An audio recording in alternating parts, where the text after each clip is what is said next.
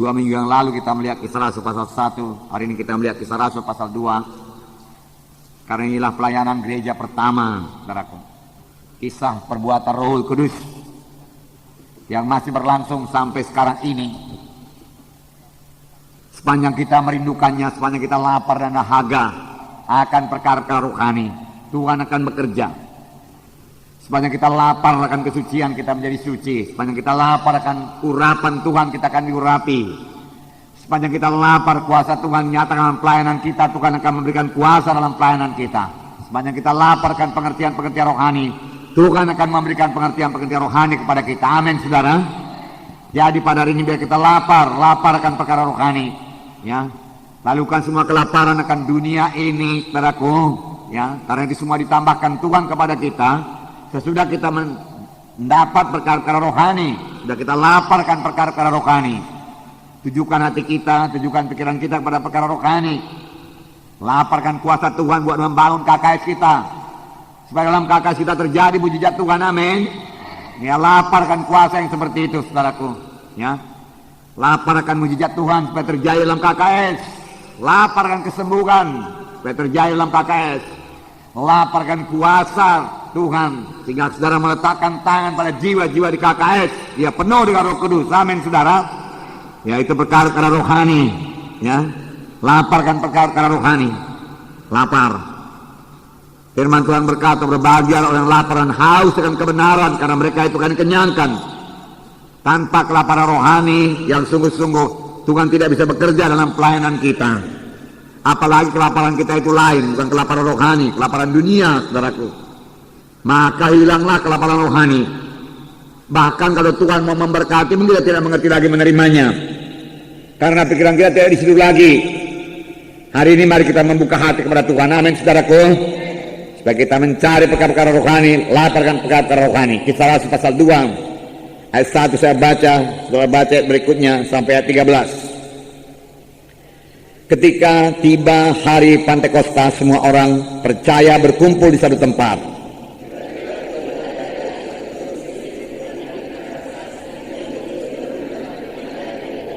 Dan tampaklah kepada mereka lidah-lidah seperti nyala api yang bertebaran dan hinggap pada mereka masing-masing.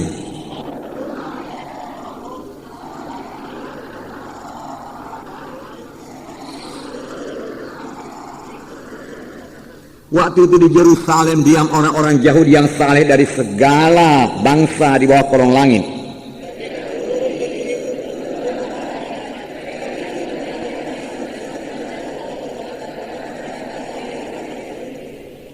Mereka semua tercengang-cengang dan heran lalu berkata, bukankah mereka semua yang berkata-kata itu orang Galilea?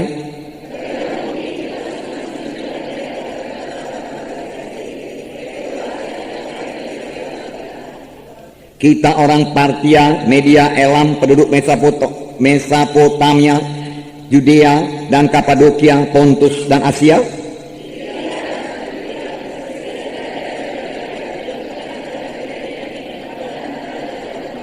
Baik orang Yahudi maupun pengadut agama Yahudi, orang Kreta dan orang Arab, kita mendengar mereka berkata-kata dalam bahasa kita sendiri tentang perbuatan-perbuatan besar yang dilakukan Allah.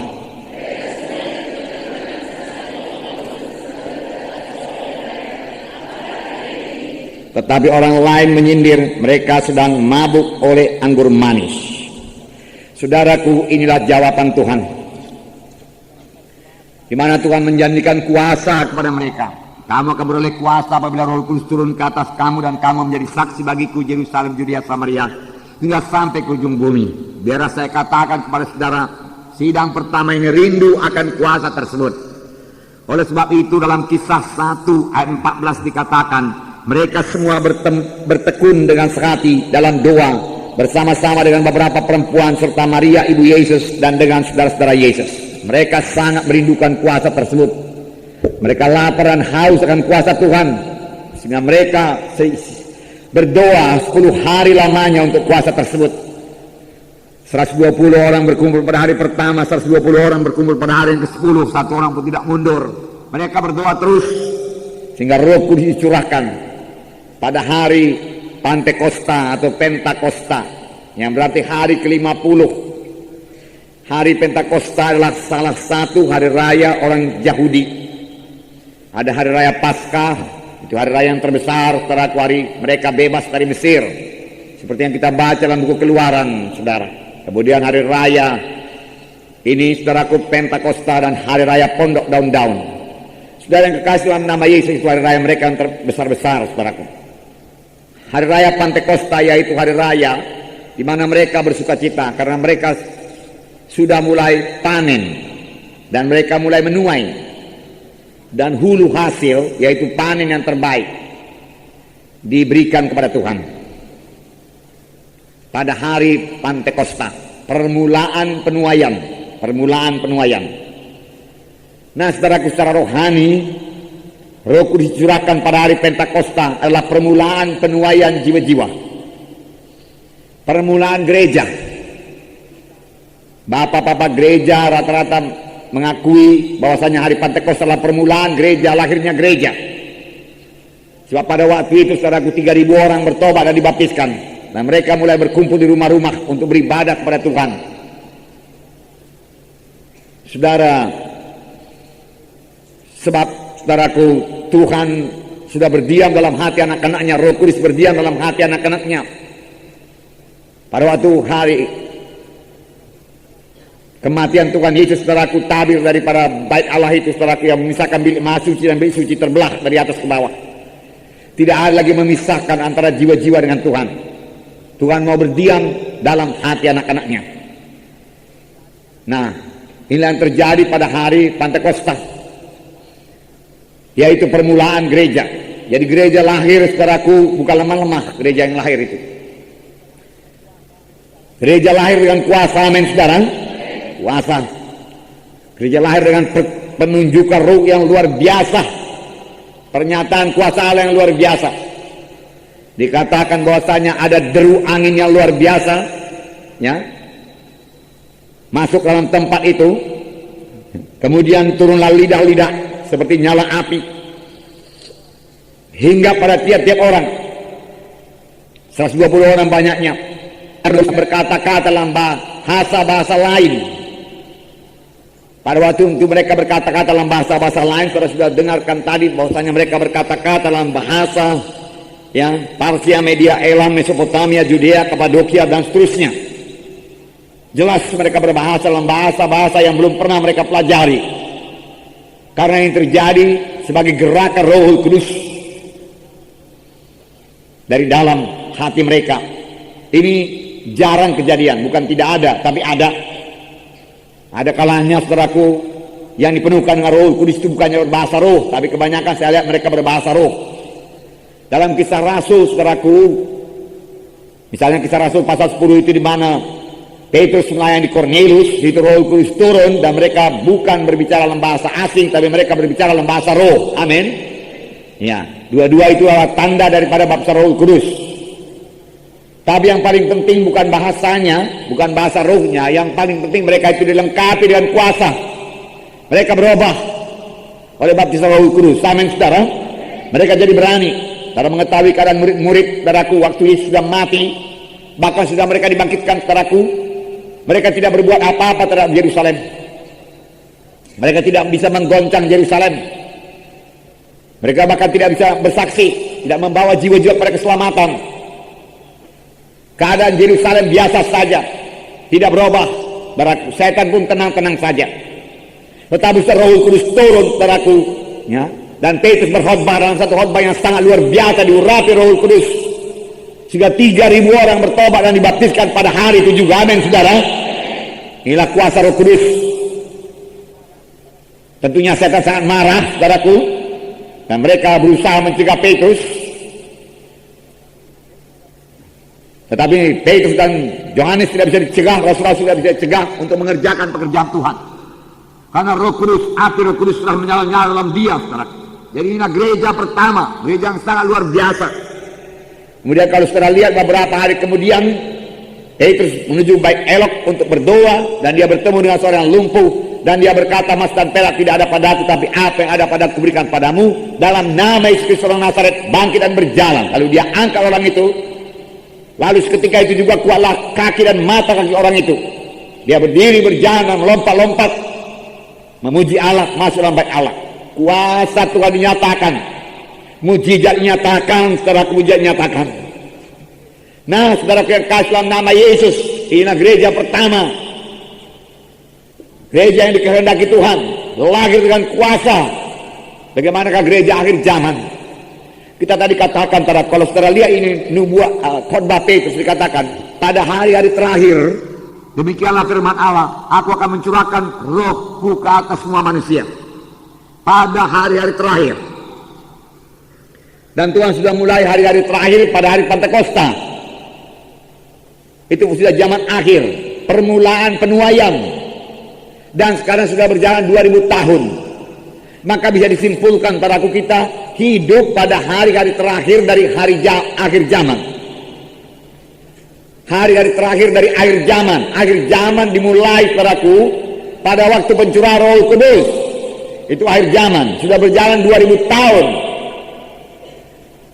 Saudara, dan sekarang ini saudara, kita hidup pada akhir daripada akhir zaman, di mana Yesus akan datang kedua kali. Dan Tuhan akan mengangkat gerejanya. Tuhan akan mengangkat gerejanya. Nah, oleh sebab itu Tuhan menjanjikan, waktu itu sudah Tuhan janjikan pada murid-muridnya, pekerjaan-pekerjaan yang aku perbuat akan kamu perbuat. Bahkan pekerjaan lebih besar daripada ini, karena aku pergi kepada Bapa. Nah, apakah kita rindu ini semua, saudaraku? Apakah kita lapar dan haus buat perkara-perkara rohani seperti ini?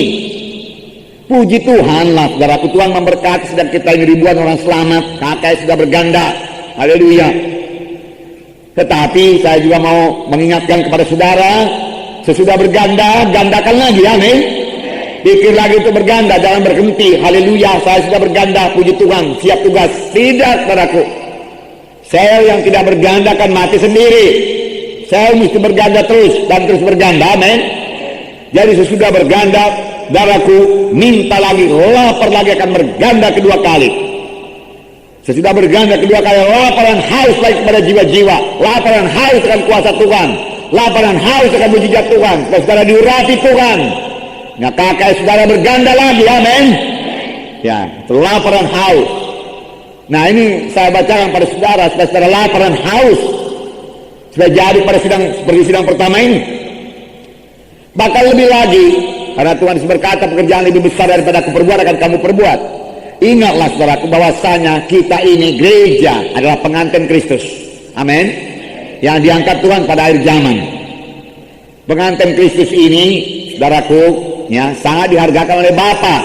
Karena itu sebagai orang tua, saudaraku, dia suka, saudaraku, pengantin yang baik bagi anaknya, amin. Ya, bukan pengantin yang lemah-lemah, saudaraku, pengantin yang baik. Demikian Bapa di sorga memberikan pengantin yang baik pada anaknya, Tuhan Yesus Kristus, amin. Bukan gereja yang lemah-lemah, bukan gereja yang kompromi yang diberikan jadi pengantin bagi anak-anaknya. Oleh sebab itu biar kita jaga hidup kita, jangan kompromi, amin. Ya, supaya kita terangkat nanti waktu Yesus datang kedua kali. Bagaimana diangkat Tuhan gereja yang menyembah berhala, saudaraku. Bahkan menurut firman Tuhan, saudaraku, penyembahan berhala itu sama dengan perzinahan. Gereja yang berzina, saudaraku, pengantin yang berzina, saudaraku, masakan diberikan Bapa kepada anaknya, amin, saudara. Ya, terus baik itu, saudaraku, Tuhan berkata pengantinnya itu tidak bercacat, tidak berkerut. Sekarang masih banyak lagi cacat dalam gereja, kelemahan dalam gereja. Terus baik itu pada akhir zaman Tuhan akan sangat memberkati gerejanya, sangat memberkati, terlebih berkat rohani. Dan setelah dapat berkat rohani, saudaraku, Tuhan akan berikan berkat materi pun seperti firman Tuhan minggu yang lalu, amin. Nah, masih banyak kekurangan gereja-gereja sekarang ini, saudaraku.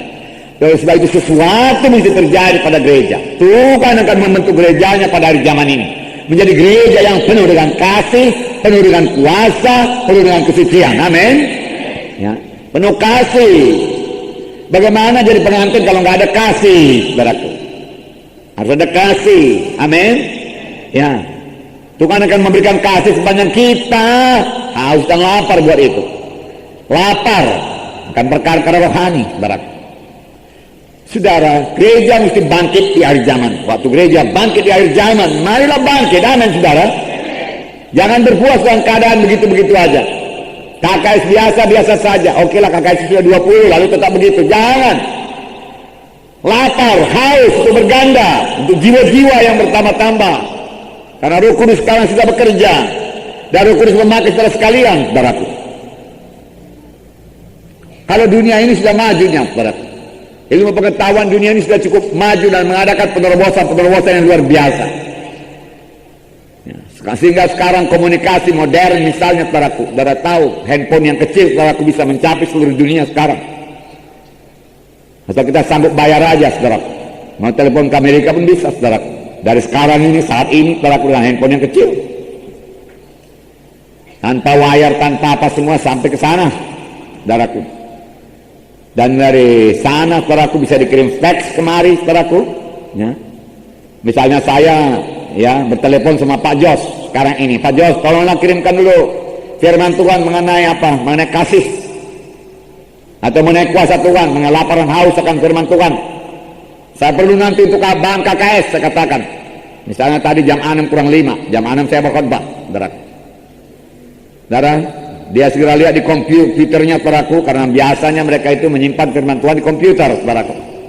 Dan segera dapat mengenai kasih, dan dia print, saudaraku, dia masukkan di fax, saudaraku, keluar di fax sana, saudaraku. Karena tempo, saudaraku, beberapa menit saja. Dan saya boleh bawa kemari, dan saya bisa sampaikan pada saudara. Luar biasa kemajuan, penerobosan, saudaraku. Dunia ini, saudaraku, dalam bidang ruang angkasa, saudaraku, ya, luar biasa. Masakan bidang rohani begini-begini aja, saudaraku. Siapa yang mau membayar harganya buat ini, saudaraku? Siapa mau lapar dan haus? Karena Tuhan yang menjawab hati yang lapar dan haus. Sehingga kita minta sungguh-sungguh, baru Tuhan berikan, saudaraku. Saudara, dan dunia sekarang ini sudah bisa menggandakan domba, saudaraku. Asalkan kita nggak bisa menggandakan KKS. Dombanya bisa digandakan, saudara. Domba dunia. Masa domba-domba rohani nggak berganda? Domba betulan, saudaraku. Ya. Bukan melalui kelahiran, melalui induk domba, enggak. Melalui ilmu pengetahuan, dia cloning, dia fotokopi. Jadi domba asli hidup makan serupa lagi, saudaraku, serupa lagi sama induknya, saudaraku. Dan beberapa orang-orang yang jahat yang tidak mengenal Tuhan, antikristus, saudaraku, berusaha mengkloning manusia supaya dia nggak mati-mati. Misalnya, saudaraku, ya, saudara kita Joshua inilah, saudaraku, ya, ini ceceknya. Nah, Gordon aja lah, Gordon, gak usah Joshua. Si Gordon ini kuat imannya, ya. Amin, ya. Nah, saudara, ya, nanti umurnya 60 tahun, saudaraku, ya, dia mau orang lagi seperti si Gordon, lalu dia minta dikloning dia, lalu bisa lahir satu lagi macam si Gordon ini, persis, saudaraku. Giginya macam dia, matanya macam dia, cakapnya macam ini dia, saudaraku, persis, saudaraku. Ya. Bisa dibuat manusia, saudaraku. Bukan melalui perkawinan, enggak, saudaraku. Udah jahat, ya, melanggar hukum Tuhan itu. Nah, itu dia ilmu pengetahuan dunia ini berkembang pesat, dia adakan penerobosan. Saudara, kejahatan juga adakan penerobosan, saudara. Ya, senjata-senjata kuman lah, bunuh jutaan orang, saudaraku, ya. Senjata atom, saudaraku, bisa memusnahkan umat manusia ini, saudara. Piling-piling, saudaraku, ya, memenuhi ruang tamu orang-orang Kristen. Film setan, saudaraku, ya. Masuk ke ruang kamar, saudaraku, kamar tamu, saudaraku. Film najis, saudaraku. Film penipuan, pembunuhan, kekejaman, saudaraku, ya, mistik-mistik, saudaraku, Dracula, saudaraku, semua pekerjaan setan, saudaraku. Dukun-dukun, praktek kedukunan bertambah-tambah kejam, macam dukun AS itu, saudaraku. Bunuh 42, nggak pernah dikatakan dia menyesal, saudaraku, nggak pernah. Bahkan belakangan saya baca dia mau bunuh sebenarnya 70 orang. Mau cepat-cepat diputusin itu adalah hukum gantung. Dah. Amin, saudara. Ya.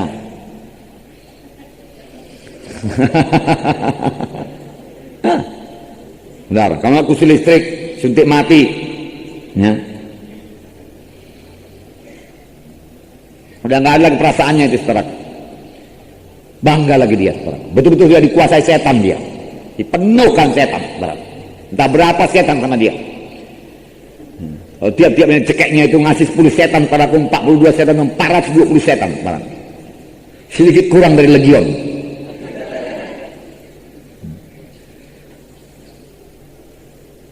Nah, saudara yang kasih dalam nama Yesus, biarlah sidang Tuhan juga mengadakan penerobosan. Amin, saudara. Jangan berpuas dengan 5.000, 10.000 anggota, saudaraku. Saudara, haus dan lapar buat kota Medan diselamatkan. Haus dan lapar buat kota-kota dan desa-desa lain diselamatkan. Di seluruh Indonesia ini, saudaraku. Injil diberitakan, saudaraku. Haus dan lapar buat itu, saudaraku. Saudara, dunia tidak bisa diselamatkan dengan khotbah saja, dengan doktrin-doktrin saja, saudaraku. Ya, dengan teori-teori saja, dengan teologi-teologi tidak bisa, saudaraku. Butuh kuasa. Amin. Butuh kuasa. Mana kita bisa meletakkan tangan tenang sakit orang tersembuh, letakkan tangan tergeletak penuh dengan Roh Kudus. Amin, saudara. Rindukan itu, saudaraku. Ya. Letakkan tangan mujizat Tuhan bekerja, saudaraku. Letakkan tangan kanker sembuh, tumor sembuh. Amin. Kuasa seperti dibutuhkan sekarang ini, saudaraku, untuk melayan jiwa-jiwa, saudaraku. Harus dengan kuasa dan tanda ajaib. Tanpa kuasa dan tanda ajaib, kita ketinggalan, saudaraku. Tinggalan dari dunia ini, saudaraku. Rindukan, saudaraku. Masih berlangsung mujizat itu, saudaraku. Yesus hidup, saudaraku. Dia sungguh rindu memberikan kuasanya, mujizatnya. Saudara, bagaimana saudara memenangkan suku lain kalau mereka tidak melihat kuasa? Bisakah dimenangkan dengan perdebatan? Gak bisa lah, saudaraku. Penunjukan roh, saudaraku. Dan kuasa Allah. Itu yang perlu. Demonstrasi. Sebab roh yang sama, yang mengurapi Tuhan Yesus adalah roh yang sama melayani rasul-rasul, memenuhkan rasul-rasul, sehingga rasul-rasul melayani dengan kuasa Tuhan. Itu roh yang sama pada gereja pertama. Biarlah Roh Kudus juga memenuhkan gereja pada akhir zaman ini, saudara. Semua kita dipenuhkan dengan Roh Kudus yang sama. Ya.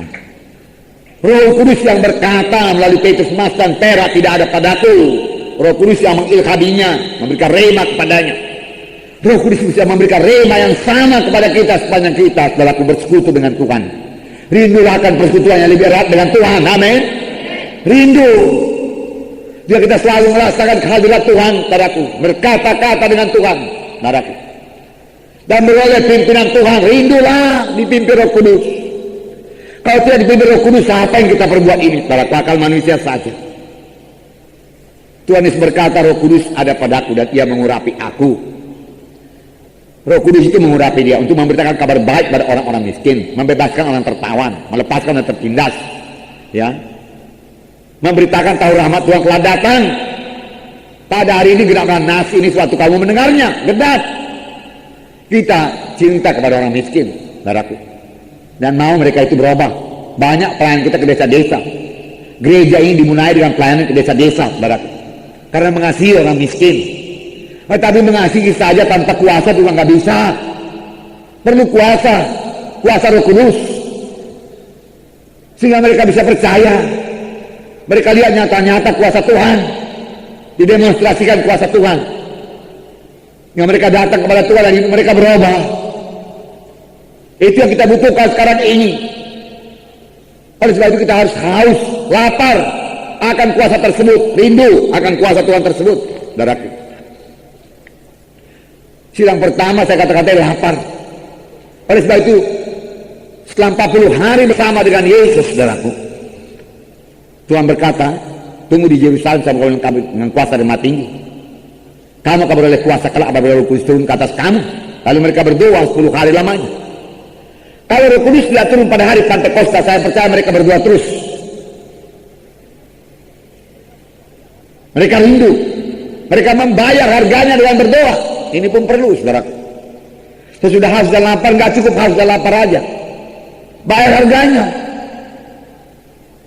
menyingkirkan semua perbuatan-perbuatan dosa, menyangkal diri, banyak bersama Tuhan. Apa saudaraku?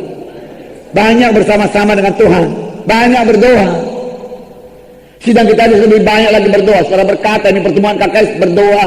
Ada dua syafaat, ada 2 semalaman lagi Kamis Jumat. Apakah masih kurang lagi? Masih kurang lagi, saudaraku.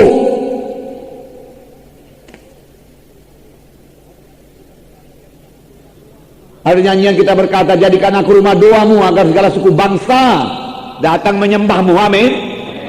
Ya, supaya kita jadi rumah doa, di mana Tuhan berdoa melalui kita, Roh Kudus berdoa melalui kita, dengan keluh kesah yang tidak terkatakan pada Tuhan. Tapi itu hanya bisa kalau kita rindu perkara rohani. Kalau kita sudah puas, saudaraku, haleluya, terima kasih, berkat-Mu melimpah Tuhan, aku sukacita, puji Tuhan, haleluya Tuhan. Memang luar biasa Tuhan, KKSku aja udah banyak Tuhan, 20 orang anggotanya Tuhan, kami sukacita tiap kali kebaktian Tuhan, haleluya. Dan Roh-Mu hadir tiap kali kebaktian Tuhan, kami banyak kali bahasa roh tatat terus menerus Tuhan, haleluya Tuhan, puji Tuhan. Ya, penyakit saya pun sudah sembuh Tuhan, usaha saya sedang Kau berkati Tuhan, haleluya. Puji Tuhan, puji Tuhan buat hal tersebut semuanya. Amin saudaraku. Kita bersyukur, memang itu harus jadi, harus jadi. Kalau belum jadi rindulah, amin saudara. Tetapi tidak berhenti sampai di situ, amin. Tidak berhenti sampai bahasa roh saja.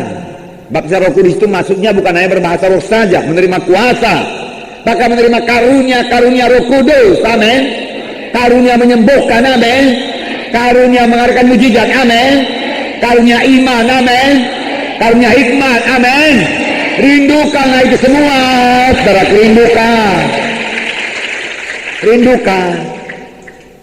rindukan itu semua, mintalah itu semua. Haleluya Tuhan, kakak sudah 20 orang Tuhan, ini waktunya untuk berbelah Tuhan. Mana dia Tuhan, wakilnya ini belum ada Tuhan. Oh Tuhan, kasihankan Tuhan, bangunkan, bangkitkan Tuhan, wakil baru Tuhan. Saudara mulai melihat dengan pimpin Roh Kudus, Tuhan tunjukkan kepadaku siapa wakil, siapa yang kumuridkan segera Tuhan. Sudah terlambat pun aku memberikan ini Tuhan. Oh Tuhan tolong, Tuhan tolong. Lengkapi aku Tuhan, supaya aku berhikmat untuk memuridkan Tuhan. Amin. Ya. Tuhan, KKSku Tuhan 3 orang Tuhan, 4 orang semaku Tuhan, semana ini Tuhan. Oh Tuhan, tolong Tuhan, supaya roh penginjilan mengalir Tuhan, mengalir Tuhan. Kalau tidak mati nih KKS ini Tuhan. Coba pemilik rumah sama dia sendiri, saudara. Ya. Pemilik rumah, suaminya, istrinya, anaknya 1, dia 1, saudara. 4 orang, saudara. Ya. Tolong Tuhan, Tuhan, roh-Mu Tuhan, lengkapi kami semua, penuhkan kami dengan Roh Kudus Tuhan, semua kami penuh dengan Roh Kudus Tuhan, sehingga kami semua menjadi saksi yang berani Tuhan, yang berkuasa Tuhan, haleluya Tuhan, tolong Tuhan, amin. Nah itu dia saudaraku, haus dan lapar, Nah, apakah kita lapar kan perkara rohani seperti itu saudaraku? Firman Tuhan berkata, Matius 5, khotbah di bukit. Dan kita pelajari beberapa waktu yang lalu, berbahagia orang yang lapar dan dahaga. Berbahagia orang yang lapar dan dahaga akan kebenaran, karena mereka itu akan dipuaskan, amin. Ya. Daud begitu rindu akan firman Tuhan, tidak heran dia bisa bermazmur, saudara. Kenal jalan Tuhan, saudara. Ya. Intim dengan Tuhan, saudara. Mazmur 42. Saudara sudah tahu ayat ini. Dan dinyanyikan pun sering. Seperti rusa yang merindukan sungai yang berair, demikian jiwaku merindukan Engkau ya Allah. Adakah kita merindukan Tuhan, saudaraku? Amin. Lihatlah Daud, aku rindu kepadamu Tuhan. Adakah saudara rindu kepada Tuhan pada pagi hari? Saudaraku, saya tahu saudara rindu. Pasti saudara rindu. Tetapi kebanyakan waktu saudara selamat. Saya rindu kali sama Tuhan waktu saya baru selamat. Jika beberapa kuliah pun, nggak 1-2 kuliah lagi saudaraku, saya tinggalkan itu untuk pulang ke rumah untuk berdoa. Saking rindunya saya menutup pintu kamar saudaraku, menguncinya, lalu saya, haleluya Tuhan, aku cinta padamu Tuhan, aku rindu padamu Tuhan, haleluya Tuhan. Duniawi semua fakultas itu Tuhan, udah capek aku situ Tuhan, berikan kesegaran Tuhan. Memang begitu saudara, beberapa kali saya pulang saudara. Saya rindu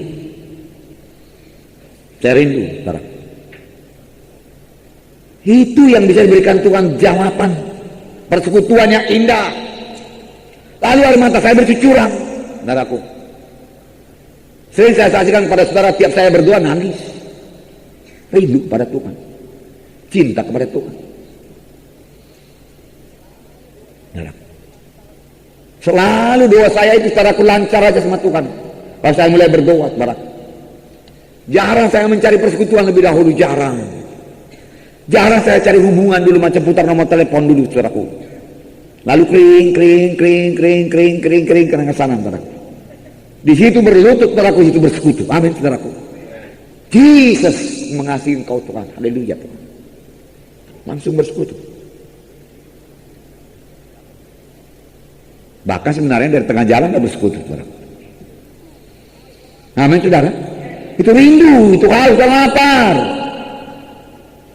Perjanjian baru, saudaraku, saya kantongi kemana pun saya pergi, saudaraku. Sampai sekarang, saudaraku, itu terjemahan lama, saudaraku. Kalau lain dari isinya terjemahan baru, saya tahu.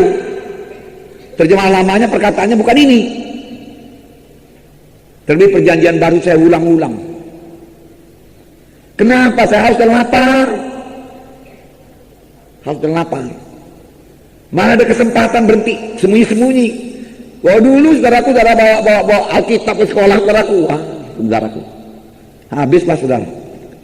Ya, karena sangatlah gelapnya waktu di duniawinya, saudaraku. Sekarang udah banyak orang lahir baru. Saya suka cita melihat sekolah Immanuel, saudaraku. Sekolah pun mereka itu bawa Alkitab, saudaraku. Dulu nggak ada, saudaraku. Kami SMA nggak tahu bawa Alkitab, saudaraku. Nggak tahu baca Alkitab, saudaraku. Ya, nggak tahu. Sebenarnya hari zaman harus lebih suci lagi daripada itu, saudaraku. Ya. Firman Tuhan juga berkata sebagai kanak-kanak, saudara, yang ikut-ikut training apa plan itu, saudara. Ya, dikatakan bahwasanya sebagai bayi yang baru lahir rindu akan susu yang sejati, amin. Yaitu firman Tuhan. Haus, rindu memang kita. Dan lihat bayi itu congok, saudara, mau minum. Coba dia terlambat minum, nangis. Bagaimana bayi-bayi rohani kita ini, saudara? Apa kita nangis kalau nggak baca firman Tuhan? Rindukah kita baca firman Tuhan, saudaraku? Ya, kalau anak-anak itu, saudaraku, kalau nggak suka makan, saudaraku, dibawa ke dokter itu. Sakit apa? Dokter berkata nggak mau minum, dok, nggak mau minum susu. Orang tuanya sudah menganggap bayi itu sakit kalau nggak mau minum susu. Tapi banyak orang Kristen menganggap lazim-lazim saja kalaupun sudah nggak baca firman Tuhan. Itu sakit rohani namanya, yang bisa menuju kematian rohani. Bertobat, amin saudara. Kalau perlu dongkrak dulu, pompa dulu, saudaraku, ya, pasang dulu, disiplin dulu, baca dulu, sampai saudara rindu. Ingat, sehingga saudaraku, hal yang pertama saudara pagi hari saudara mesti berdoa. Bangun pagi-pagi apa yang diingat mula-mula, saudaraku, Tuhan Yesus berdoa. Berdoa, ya, ingin berdoa. Saya, saudaraku, minggu pertama selamat, saudaraku, sudah ikut-ikutan, sorong-sorong diri istilahnya, saudaraku. Nggak hanya di pendidikan orang penawak, saudaraku, boleh saya ikut menginjil. Bukannya dorong-dorong, ya, kau ikut menginjil, kau berbuah. Kurasa kau ada panggilan Tuhan sama kau. Enggak, saudaraku. Saya yang sorong diri, saudaraku. Ya. Mau lihat-lihat peninggilan. Ya. Karena Yesus dalam hati saya, saudaraku. Berkhotbah nggak bisa, nyanyi nggak bisa. Apa yang diharapkan sebetulnya, saudaraku? Cuma bawa mobil bisa, saudaraku. Ya dipakai orang lah, bawa mobil, saudara. Apalagi mobil orang tua bisa dipakai-pakai kan, bisa malam-malam bisa dipakai. Sore dia pulang jam 5 boleh pakai-pakai. Saya supirin semua, saudaraku. Saya mau menginjil, saudaraku. Kemudian saya belajar nyambung mic, saudaraku. Oke, mulai saya masuk nyambung mic, saudaraku. Kemudian pasang lampu gas itu, saudaraku. Oke, apapun jadi, pokoknya kerja buat Tuhan. Nah, kemudian waktu khotbah diberikan, saya dengarkan khotbah, saudaraku. Saya serap semua, saudaraku. Saya tahu khotbahnya itu, saudaraku. Bahkan sebenarnya selesai dia berkhotbah, saya sudah bisa berkhotbah. Tadi sayanya nggak ada yang nyuruh. saudara, nggak ada yang nyuruh. Nah, semua nggak enteng, saudaraku. Nah, takkan bisa itu, apalagi bahasa karo pun nggak tahu mana bisa itu. Tapi begitu saya nggak bosan juga, saudara. Saya haus dan lapar. Saya haus dan lapar. Sampai saudara tahu, satu kali saudaraku mereka kehabisan pengkhotbah. Nggak ada lagi yang berkhotbah, saudaraku. Ya. Terpaksa saya dipanggil untuk berkhotbah. Bisanya kau? Mudah-mudahan. Apa nanti kau kasih tahu? Coba mana ayatnya? Udah banyak ayat saya dengar waktu khotbah. Saya sering ikut KKR ikut penginjilan dampak saya itu. Nggak usah, ini aja ini. Pendeta berkata, aku bikinkan khotbah sama kamu. Dia tulis khotbahnya semua. Mulai daripada Roma 3:23 semua sudah berdosa. Roma 6:23 upah dosa itu maut. Maut artinya itu neraka. Tulisannya lagi ayat. Ya. Jalannya kita mesti sadar dan bertobat. Kisah 3:19, saudaraku. Ya. Saya masih ingat sampai sekarang, saudaraku. Ya. Bisakah perbuatan baik manusia melepaskan dari dosa? Nggak bisa. Hanya melalui pengorbanan Tuhan Yesus. Tidak mengenal dosa jadikan dosa. 2 Korintus 5:21. Disalib. Salib banyak ceritanya. Pasti cerita lengkap mengenai salib. Kemudian mati dan bangkit. Harus terangkan Yesus hidup, Yesus hidup, Yesus hidup. Kita berapa puluh kali, saudara. Tidak heran jiwa-jiwa hidup, saudara. Amin, saudara. Ya, sebab mendengar Yesus hidup, saudara.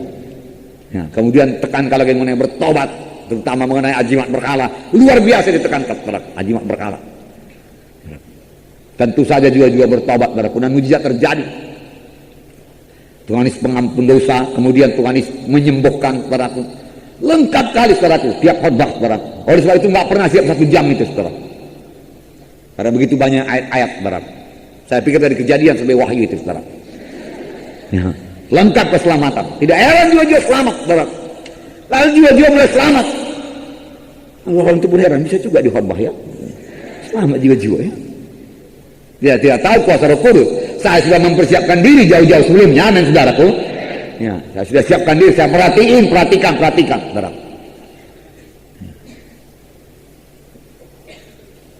Malah sudah itu, saudaraku, saya malah disuruh ngajar lagi, saudaraku, sekolah Alkitab, saudaraku. Belum pernah sekolah Alkitab, disuruh ngajar sekolah Alkitab, saudaraku. Dikasihlah buku saya, buku apa, Wesley Brill itu, apa itu? Ya, dasar yang teguh. Ya. Saya pun pelajari lagi, saudaraku, saudaraku, sungguh-sungguh. Stabil semua, saudaraku, ya, ayat-ayatnya. Karena saudara tahu dasar yang teguh itu paling banyak ayat. Dan sampai sekarang saya mengakui itu bagus sekali. Dan mudah sekali dipelajari. Bisa belajar sendiri dari situ. Itulah yang saya pelajari. Yang saya ajarkan juga, saudara. Saya hanya kira-kira, saudaraku, 1-2 pelajaran lah lebih dahulu daripada yang saya ajar, saudara. Ya. Nah, saya masih kuliah waktu itu, saudaraku. Tapi udah sering saya tinggalin kuliahnya. Kalau pendeta bertanya, bagaimana, ada pelajaran besok, ada ujian? Beres itu. Mau kemana kita? Nah, langsung demikian. Bisa bawa mulut ke sini, menginjil. Entah ke daerah Langkat, entah ke Tanah Karo, entah ke daerah belakang-belakang Pancir Batu ini, saudaraku, situ, saudaraku. Saya siap saja, saudaraku. Berangkat, saudaraku. Sukacita, haus dan lapar. Melihat jiwa-jiwa diselamatkan, amin, saudara. Ya, haus dan lapar. Ya. Dan Tuhan memakai, saudaraku, dan Tuhan memakai. Ya, di buku Robert Liardon itu dikatakan Tuhan tidak mencari bejana-bejana emas, saudaraku, ya, atau bejana-bejana perak. Tuhan mencari bejana-bejana tanah liat yang patuh pada firman Tuhan, amin. Yang patuh pada Tuhan, yang menyerahkan seluruh hidupnya pada Tuhan. Tuhan tidak cari ahli pidato, orator, tidak, saudaraku. Tidak. Tuhan cari orang yang patuh, karena Tuhan bisa melengkapi, bisa mengurapi, amin. Tapi dimulai daripada lapar dan haus, amin, saudaraku. Lapar dan haus akan kebenaran, saudara.